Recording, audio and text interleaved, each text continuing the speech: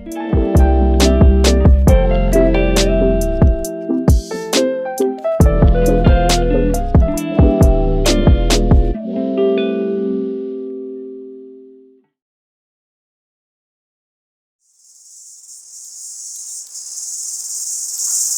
some trees down at the moment. We've got to cut an access way for our trailer to get into the site, which is just behind this fig tree here. There's a lot of mature fruit trees here. Most of them don't produce that much, so we are just cutting down 2 apple trees and 3 peach trees and a little bit of the bay tree up there. Just sad, but we've got to get access for our trailer into the site. This is also going to be the way we're going to get it out.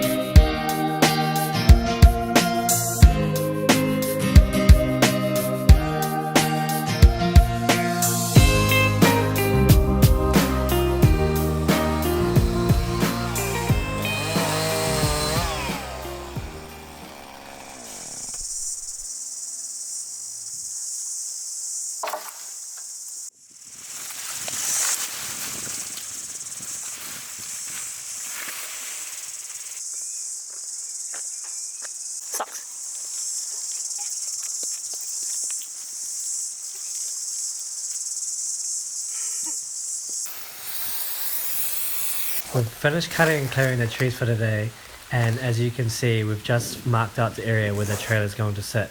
The last thing we need to do for site prep is to lay out some weed mat.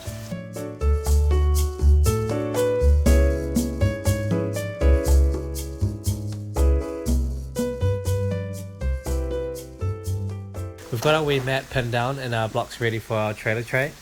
The trailer tray is coming tomorrow in a hire. It's coming separately from the wheels, so these blocks are propped up until the wheel dolly gets here.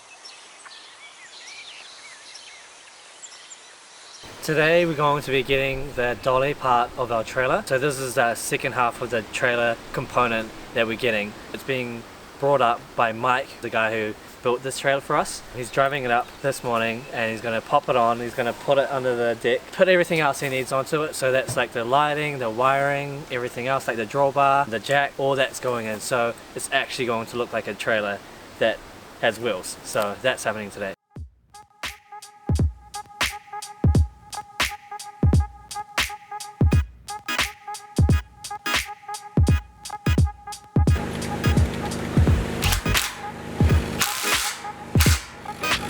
The trailer's 9 metres long by 3 metres wide. It's got a triple axle that's attached to a removable dolly. The dolly can be removed from the underside of the trailer deck and attached to the door bar. And then they join together and you've now got yourself like a little mini trailer. So it's also coupled with 4 lifting jacks to be able to actually level the house and to obviously be able to lift it up so you can get the wheel dolly from underneath.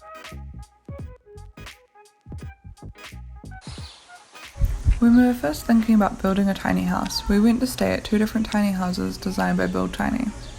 The first tiny house we stayed at was the Millennial design, which is 7.2 metres long by 2.4 metres wide. Our stay here helped us to get a sense of the space and proportions of a tiny house and helped us to realise a few things that we needed from our design to be able to live long term in a tiny house. We decided from the stay that we were going to need our tiny house to be 3 metres wide by 9 metres long.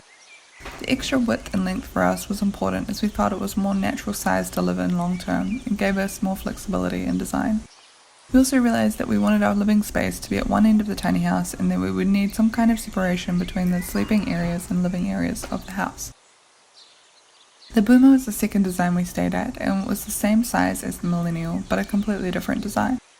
It was great to see them both for contrast as it really brought into focus just how much difference layout and design can make to the feel and functionality of a tiny house. We would really recommend for anyone thinking of going tiny to go and stay at a tiny house while you're still in the design phase, as we found it very helpful.